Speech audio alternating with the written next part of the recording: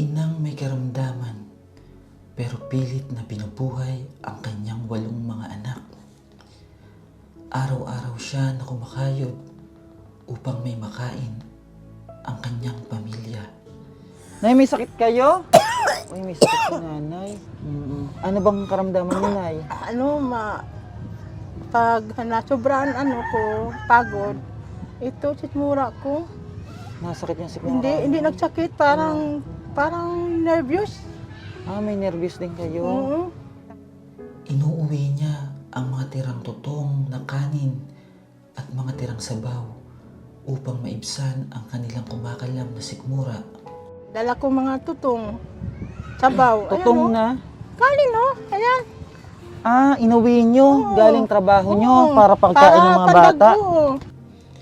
At dito sila nakatira sa bahay na ito. Tagpi-tagping tela at ritaso ng mga kahoy ang nagsisilbing panangga sa ulan at hampas ng malalakas na hangin. At sa aking pag-akyat sa kanilang tahanan, parang babagsak na ito sa sobrang huna ng kanilang sahig. Narito po ang kwento ng kanilang buhay.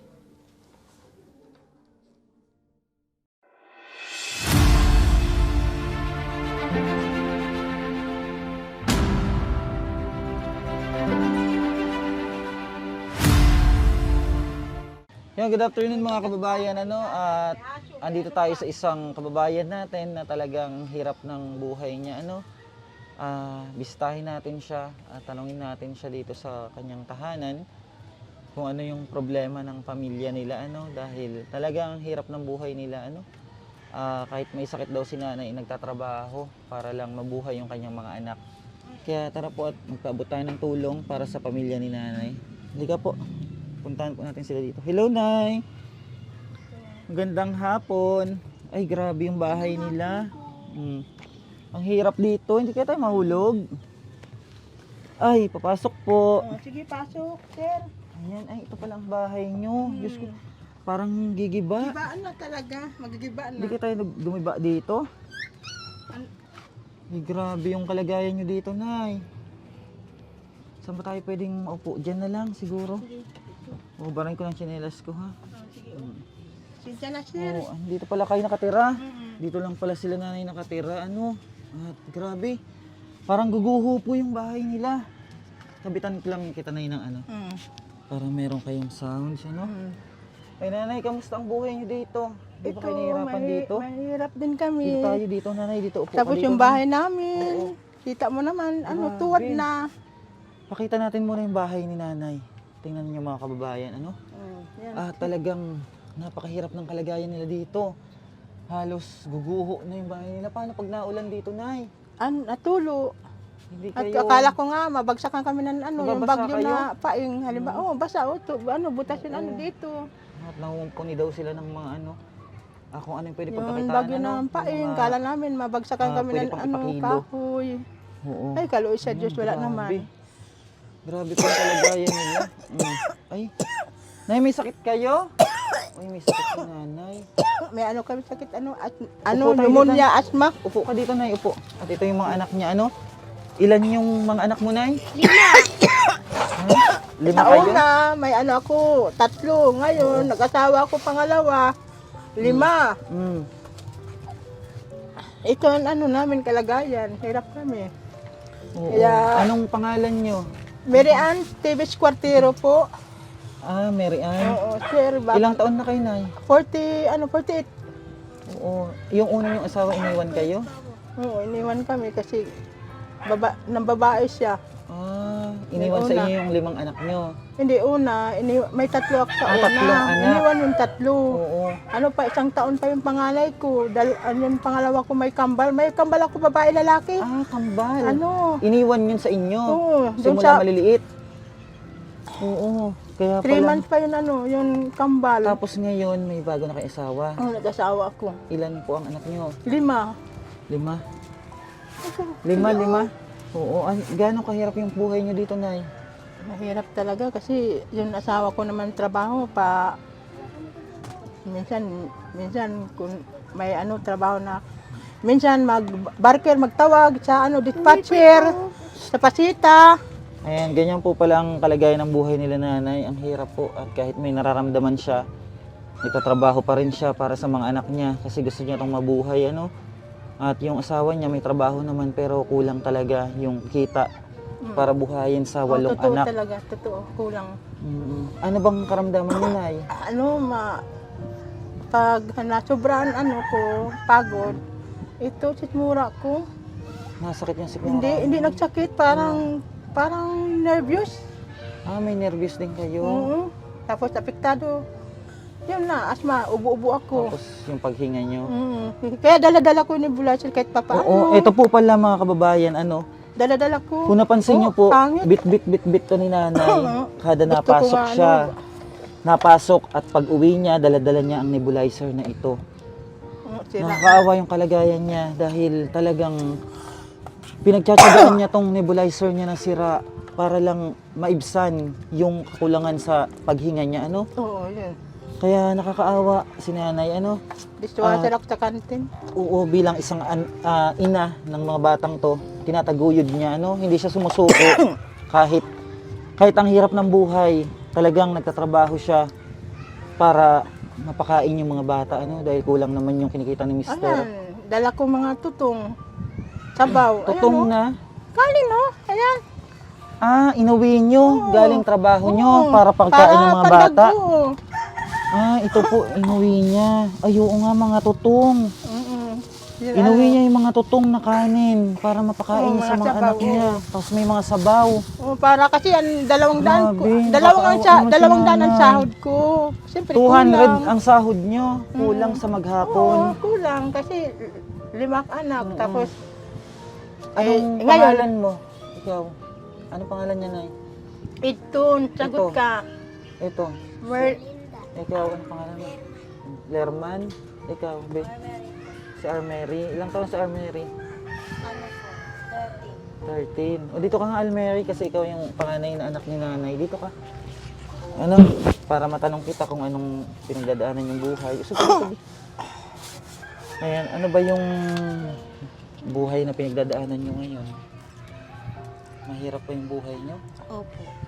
Minsan nakakain naman kayo o talagang walang pagkain? Minsan po meron. Minsan wala talaga. Opo. Naawa ka ba kay mama mo? Opo. Kahit hirap ako, trabaho pa rin ako. Para lang kayo makakain. Para makakain lang yung mga anak nyo. Mm. Ganong hirap ba na yung dinaranas nyo sa buhay? Basta mahirap. Kasi, Sobrang hirap. oo, kasi nakaranas kami noon. Grabe hirap. Hindi kayo makakain. Yung mga anak ko nanlimos. 7-Eleven. Ito, tagasaan. Dahil sa naglilimos. Oo, totoo yun. Mabuti naman naawa sa akin. Mabuti na paggamot ko. Mabuti man naawa yun. Ano nanay, ano bang may tutulong namin sa inyo? Baka naman Kung pwede mo sakali. kami matulungan. Kasi ngayon, sabi nila, paalisin kami. Kaya na ano, lagyan na daw yung release ng train. Kaya baka naman mabigyan mo kami ng magandang kinabukasan. Tapos yung ano, yung bahay. Tapos, May malipatan kayo. oo, malipatan. Oo, Kasi tapos, papaalisin na kayo talaga dito sa tinitirahan nyo. tapos ano, kung matulungan ka, kung anong pwede dyan matulungan, kung ano yung sari-sari store mo, magtinda-tindahan na lang, ganun. Mas maganda, Yung ano, mga- para sa bahay na lang kayo, Mhm, hindi kayo nahihirapan. Oo, sa nararamdaman nyo, nahihirapan kayo sa buhay nyo? Nahihirapan na kayo? Kasi kahit ako hirap ako, pasok pa rin ako. Sabi ko sa kasamahan ko, pausok muna ako. Kasi parang hindi ako makahinga. Pero nakaya ko pa rin. Kaya ko pa rin. O kayanin mo para sa mga anak mo, ha? Pero nagpa-check up ka na ba? Oo, andyan mga resita ko. Anong sabi ng doktor? Ano daw ang sakit nyo? Sakit ko talaga, pneumonia, asthma. Sabi ni ng pneumonia, doktor dyan, asthma. sabi niyan. Oo. Mm-mm. Andyan mga resita ko. Minsan, yung iba nabili kong gamot, minsan iba hindi. Pwede ako bili ng pausok. Mahal pa naman yun. Oo, meron yung ciprofloxacin, 40, yung mumurahin, 9, parang hindi ako hiyang. Andyan lang yung flame ako. Minsan na hindi kayo nakain. Minsan may time na wala talagang pagkain. Oo, totoo naman. Kung sabi ko, alam, di tayo, hindi kayo, Mm-mm. Minsan wala kayong kinakain. Dumarating yung araw na walang pagkain Oo, kayo. noon, ano kami. Mm-mm. Wala talaga kami pagkain. Kaya ba ito mga anak ko, lako, nak, gawa ka ng paraan doon. Ano, kasi Yun ang paraan, yung wala talaga tayo mautangan dito. Pamamalimos ang paraan. Bakit ba kayo iniwan ng asawa niyo noon? Una, Oo. hindi ko alam kasi sabi nila babaero daw yun. Naghanap ng babae. Tapos iniwanan na yung mga bata. Magbata pa sila kayo na nagpalaki. Oo, grabe kasi yung kalagayan nila dito mga kababayan. Ano? At sana makatulong tayo sa pamilya nila. At gagawin ko yung lahat para matulungan ko yung pamilya nila. Kasi nakakaawa talaga yung kalagayan. Tagpi-tagping mga kortina lang. Oo, kurtina. Tagpi naman talaga. Totoo naman talaga. Oh. Tingnan mo. Mga plywood lang na itinapal, para panangga nila sa ulan Kaya, or sa hangin. Nakakaawa si nanay. At kahit meron siyang karamdaman, pumapasok siya para lang may mauwi sa pamilya niya, may makain. At yung mga tira-tirang pagkain po na mula sa kantin, inuuwi niya para sa mga anak niya. Para lang may mailaman sa tiyan dahil sa hirap ng kanilang buhay. Grabe po yung nila dito, kalagayan talaga. At nakakaawa yung isang ina na makita na ganito po yung kalagayan. Sino ba namang magulang ang matitiis yung mga anak na hindi kakain, di ba? Ito yung mga anak niya at talagang Nay, yung mga anak niya nag-aaral ba yan lahat? Oo, nag-aral sila. Nag-aaral naman sila. May mga uniform. Ayan lang. Yung panganay ko, walang sapatos. Ito din, walang sapatos. May mga Ito uniform rin. na sinusuot. Pag sa school, naka Ay, lang. wala. Ano lang. Mga t-shirt lang na pwede ipapasok yung mga bigay-bigay lang. Wala. Kawawa naman yung kalagayan Ito, nila. wala sila. Pati ito, wala rin sapatos. Ito, may nagbigay. Ito, wala rin. Ito, wala rin. Ito, panganay ko, wala. Ang sapatos niya andun.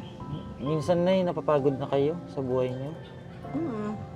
Kasi, siyempre, may karamdaman. Ayan, Kinais ko lang para lang kaya makakain mga anak ko, makapasok sa school. Yun. Kaya nga ako, sabi, may kumatok ngayon sa akin, sabi, yan, ano ba, kagigising ko lang. Guys, nakakahiya naman kay kakalat yung bahay nga. Yan, kita mo naman. Andyan yung mga vloggers, baka matulungan ka. Ay, naalala ko, baka malay mo matulungan akong vloggers. Kaya totoo naman, umiyak ako kasi kita mo naman talaga sa sitwasyon namin. Baka kami yung binigay ni God, para makatulong sa inyo kahit paano, At sana makatulong kami, nanay, ha. Bibigyan kita ng pambili mong bigas, ha. Bumili ka ng kalahating kaban na bigas. Ay, salamat dyan sa Dali. Bumili Puna, kayo. mayroon pa na ako utang. Dulit ko ngayon linggo. Hindi lang nakaano. Bumili kayo ng pambili. Nangutang ako ng 5 check. Bakit kayo nangutang? Kasi kulang kasi. Wala akong bili pala ng gamot. Kaya ako nakautang. Diyan sa kapitbahay namin doon. Kulang ako, nahulog ko lang pangalawang hulog. Kulang pa ako ng May bisyo, 700 na may bisyo nahulog ba ko. kayo? Nagsusugal kayo? Hindi, Nagiinom? hindi. Maganda Wala yun, akong ha? bisyo. Lahat. Tanong, di ba, Mary? Wala akong bisyo. Wala lahat. Kung ano man yung ipagkakaloob sa inyo, Wala ingatan, talaga. pahalagahan, ha. Dahil, nanay, ang hirap ng Wala buhay talaga. ngayon. Ang Oo, hirap ng kita. Oo, sa totoo lang talaga. Hirap talaga Kaya, ngayon. pahalagahan, ha. Ngayon, bibigyan kita pambili, bili ka ng bigas, Ay, ha. salamat. Ibili mo yung mga anak mo ng ulam, ha. Bili ka ng bigas. Ayun, bibili ako sa Dali. Ay, salamat na bigas na ako. Masaya si Sige, nanay. salihan mo na lang. Tuwa-tuwa talaga. Wala kami bigas. Masaya siya. Maganda. Kayo na lang bibili kaya doon. Yan, kayo na lang Para makasiguro na Oo. ibibili nyo. Hindi, kayo bilang, na. sige. May Bilang ko tiwala sila. naman ako sa Anbahan inyo. ko sa kanila, tinapay, tisti. Sige. Para Ayan po, at Ay, mga salamat. kababayan, Makabili mag-aabot din tayo ako ng tulong gamot ko kay pa nanay. usok. Oo. Bumili kayo ng gamot niya pang Kasi usok, ha. siningil na nga ako Kasi- sa itoon ko rin namin submitter. Ang ko bayaran ko ngayon 240 kasi hindi ako nakabigay na karan linggo kasi kulang talaga. Kulang talaga yung pera Kasi niyo. may trabaho naman asawa ko. Kasi hindi Siyempre, talaga umuwi sapat. dito, 200 din sapat. Bali nanay, ha. At yung gamot niyo, bumili rin kayo, ha. Kasi Para, Pampausok. oo, para may lakas kayo kinamagahan. ha?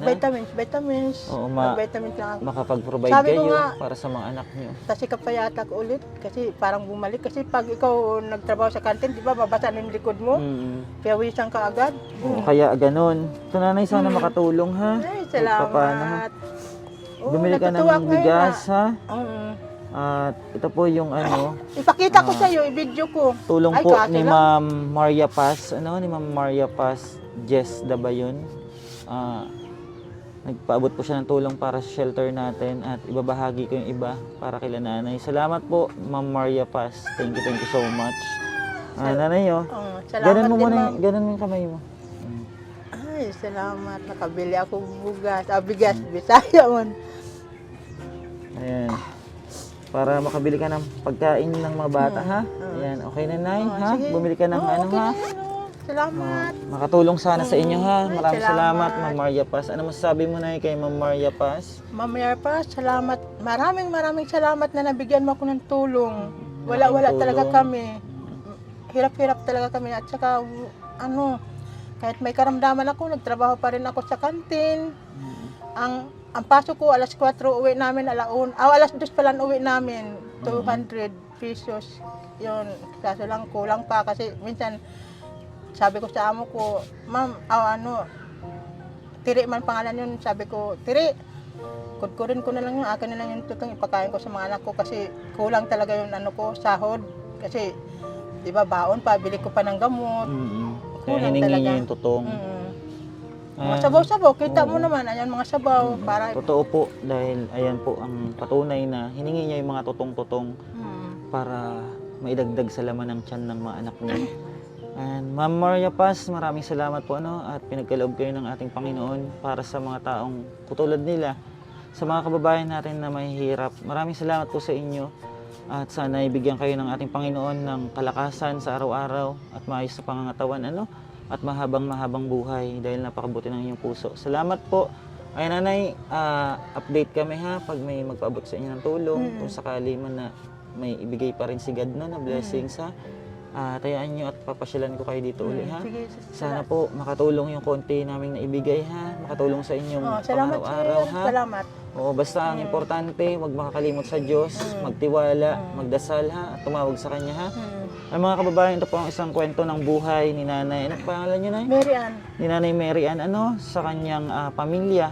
Ayan, iniwan siya ng asawa niya sa una at siyang mag-isang nagtaguyod ng 3 niyang anak.